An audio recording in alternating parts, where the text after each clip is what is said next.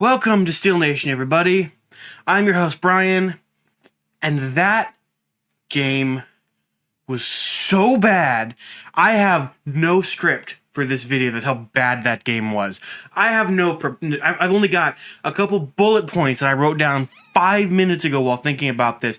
That is how just awful that game was.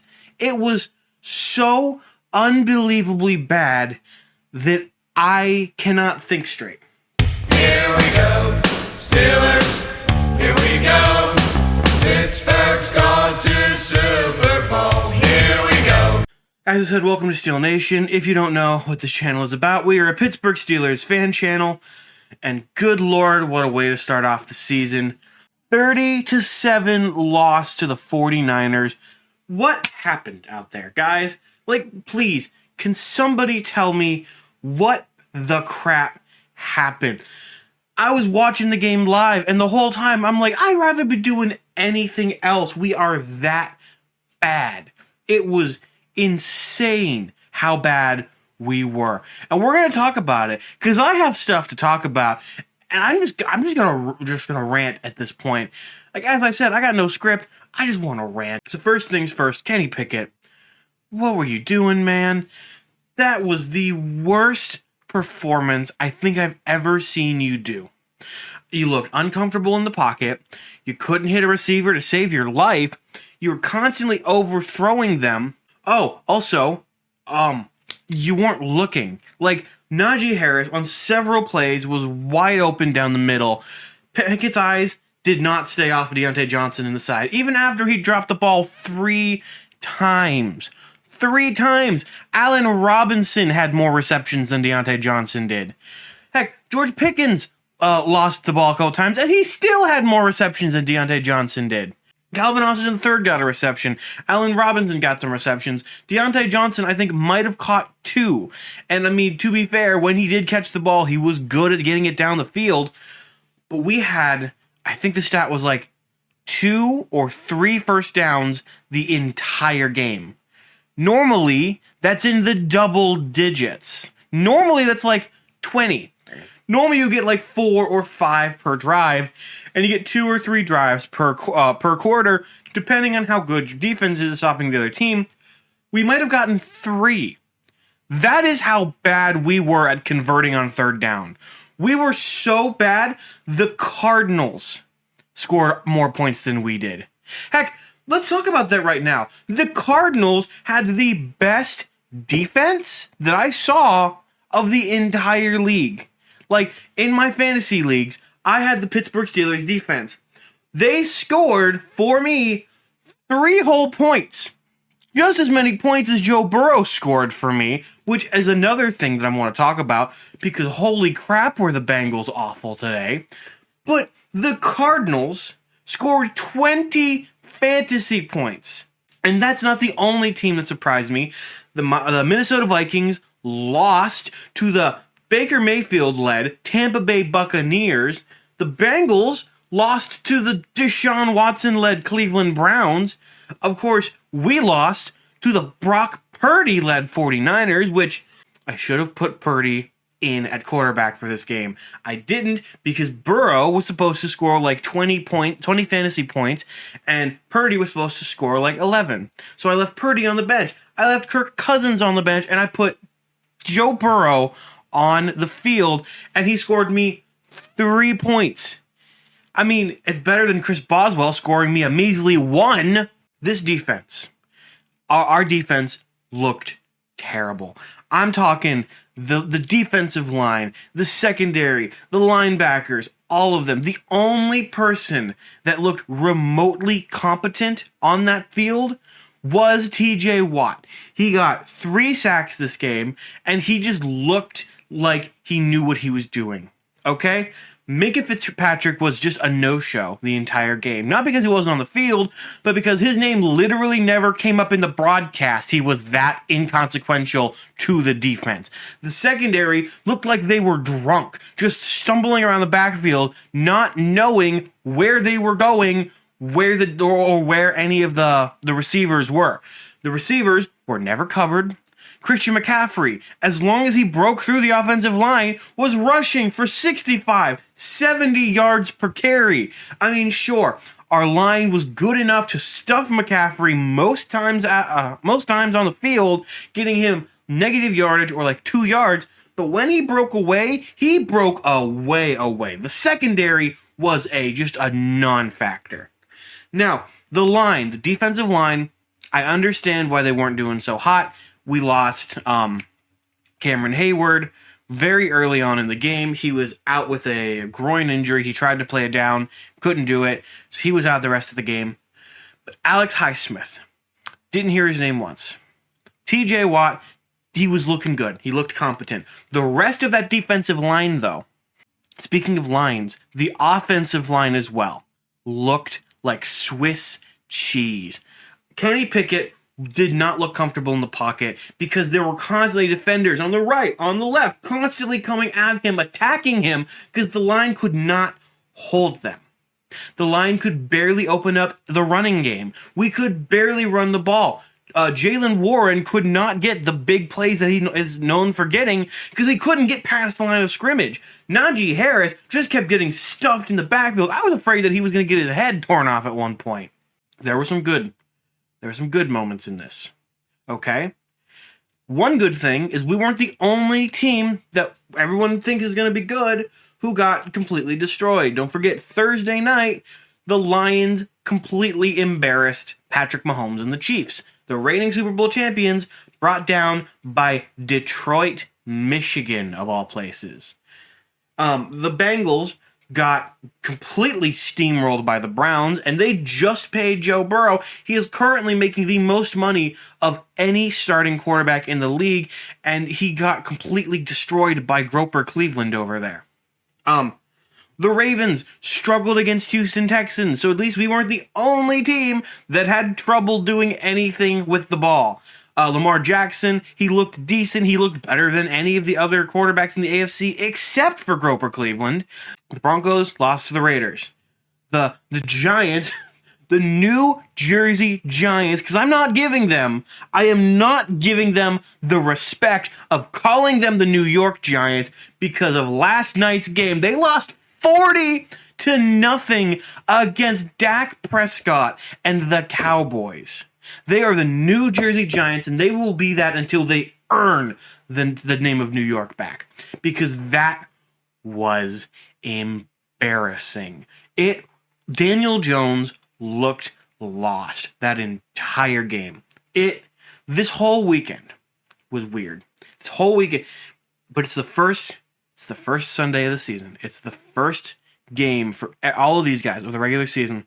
And so, I'm not too angry. I'm very upset. I am surprised. I am frazzled. But it's only week 1. And week 1 has notoriously been a crapshoot for all of these teams. I'm positive the Steelers are going to come back. The one thing that I am not positive about, though, is how my record prediction is going to hold up. If you haven't seen that video, I'm actually very proud of it. So if you would go down into the description, I'll have it linked down there, or go to my channel and look up my 2023 record prediction and check it out. I was very proud of that video. But it's already screwed up because I predicted that we would win this game. I predicted it would be close. If it was close and we lost, I would have been okay with it. Like, we played a good game, we fought really hard, but ultimately, Brock Purdy was just a better quarterback. No, we looked like a varsity high school team facing off against an NFL team. We didn't even look like a college team. We were that bad. Like, if you watch the Ohio State Youngstown State game on Saturday, that is what we looked like. A Division III team going up against a Division I team. We couldn't throw the ball. We couldn't run the ball. We couldn't stop the opponent from throwing the ball. We looked so bad out there. We looked awful. And I hate saying that, but that's the truth. We could not make anything happen at all. We could not do anything. Now, standouts for this game. Kenny Pickett stood out because of how bad he looked. He was not the same Kenny Pickett that we saw during the preseason or the end of last season even. And I believe that that's because it's the new season. There's so much hype around the Steelers team. There's so much pressure that he is under that I'm sure that all got to his head. I'm sure that he was constantly worrying about the pressure that he's under to perform to the capacity that we want him to perform. And I say this as somebody who falters under pressure quite often. We as fans have got to understand this and be a lot more lenient on Kenny Pickett. He is not going to be the next Big Ben. Not saying that he can't be that good, but Big Ben came in his second season and won a Super Bowl. Kenny Pickett's not going to do that. Not because he's a bad quarterback, because when he is like playing at his best, he's a good quarterback. He's even a great quarterback. The issue is we are in the most stacked division in the entire NFL, the AFC North, with the Browns, who destroyed the Bengals, who have been serious Super Bowl contenders for 3 years now. The Bengals, again, Super Bowl contenders, and then the Ravens, who in past years have been playoff contenders.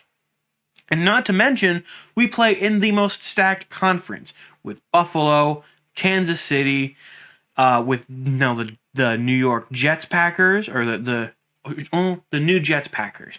They're basically the Packers of the AFC at this point. And then also, like, we've got the Miami Dolphins. It's this conference is stacked. The Jacksonville Jaguars.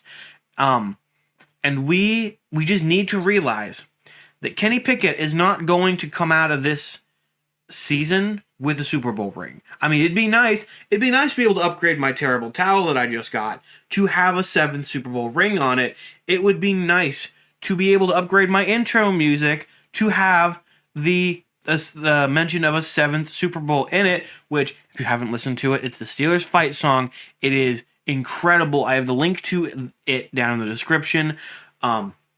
You really need to go check it out. It's amazing. But having a 7th ring would be awesome. But I don't think it's going to happen this season. And week 1 is just week 1, okay? So there's a good chance we're going to get much better. We're going to improve in all the right areas. Tomlin has a way of making everybody play better. But because we lost week 1, if we follow the rest of my schedule the way that I think that we're going to follow it, I feel like we miss the playoffs. I feel like we either tie with Cleveland or we end up at the bottom of our division. Not because we're bad, but because our division is so good. But only time will tell. At this point, anything can happen. If the Bengals keep playing like they do, they could be at the bottom of the division again. If that's the case, then I'm sure if within 2 years, if the Bengals can't get back on top, Joe Burrow will be gone and we'll have an easier shot at making the playoffs. If the Ravens keep faltering to bad teams, then there's a chance that they could end up down at the bottom of the division. But we have to, pick up our feet and stop dragging it along the sideline and start actually running for some yardage. That's me attempting to make a metaphor about, doing something as a football team and as fans. Because a big issue that we face, especially online, is that we Steelers fans, and I'm not talking all of us, I have a saying, the Steelers fan base has the best and worst fans of any other team. We have the most loyal fans with people like my dad, and we have the most toxic fans, mostly bandwagon fans. And I want to consider myself a loyal fan because I've been a fan since I was a kid. But I've only been alive since 2001. We've already had all of our Super Bowl rings. The only times that I was ever consciously aware of sports was during the Big Ben era. I've never lived through a Steelers hardship. So, if this season does go to crap, then this is going to be a test for all those fans who have not yet been through hardship with this team. Will we stay with the team, or will we dip and leave? I hope And I pray that the majority of us choose to stay and we choose loyalty over wins. Because loyalty is what builds dynasties, not wins. As I said, this week sucked. It was awful. The 49ers looked great. We looked bad. And that's the black and white of it. Next week we play the Cleveland Browns at home again. Let's just hope that, we look better. Because I'm sure that Tomlin is working those guys super hard today and the rest of the week to get them ready to face off against the Browns. Because if we lose to the Browns the same way that we lost to the Niners, or the same way that the Bengals lost to the Browns, I don't think we will ever hear the end of it. I have been Brian, and as always, go Steelers. Here we go, Steelers, here we go. Pittsburgh's gone to Super